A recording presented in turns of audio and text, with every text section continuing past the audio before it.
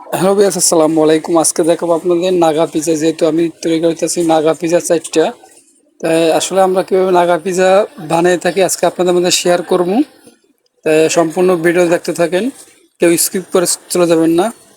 তাই আজকে আমরা যেহেতু নাগা পিজা তো সব কিছু রেডি রাখছি, এখন আমি উপরে চিকেনগুলো বিছিয়ে দেবো। তবে সুন্দর করে চিকেনগুলো দিয়ে দিয়েছি।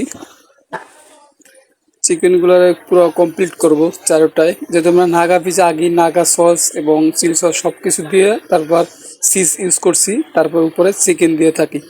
যেহেতু আমি এখন চিকেনগুলো দিয়ে দিতেছি ভালো করে।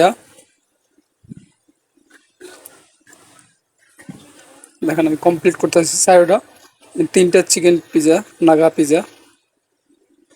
এখন আমি টমেটো দিয়ে দিলাম তিনটার ভিতরে, টমেটো, অলিভ, যেটা আমরা বলি ব্ল্যাক অলিভ, তিনটা ভালো করে তিনটার ভিতরে দিয়ে দেবো।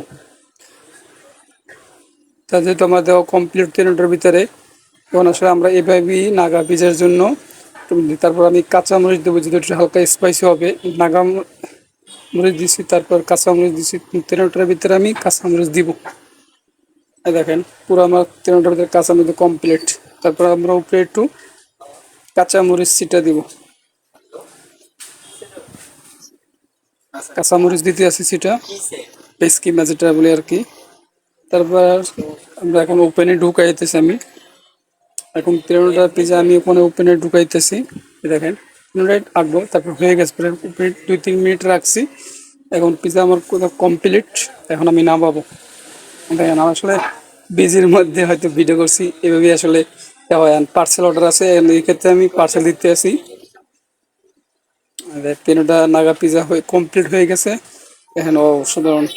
তাই কেমন হলো ভিডিওটা, ভালো লাগলে জানাবেন, এই লাইক শেয়ার করবেন, এটা আপনাদের সাপোর্ট চাই।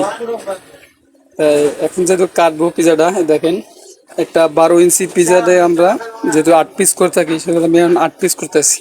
দেখেন প্রথম ধরেন, দেখেন সুন্দর করে 8 পিস করতে আসি।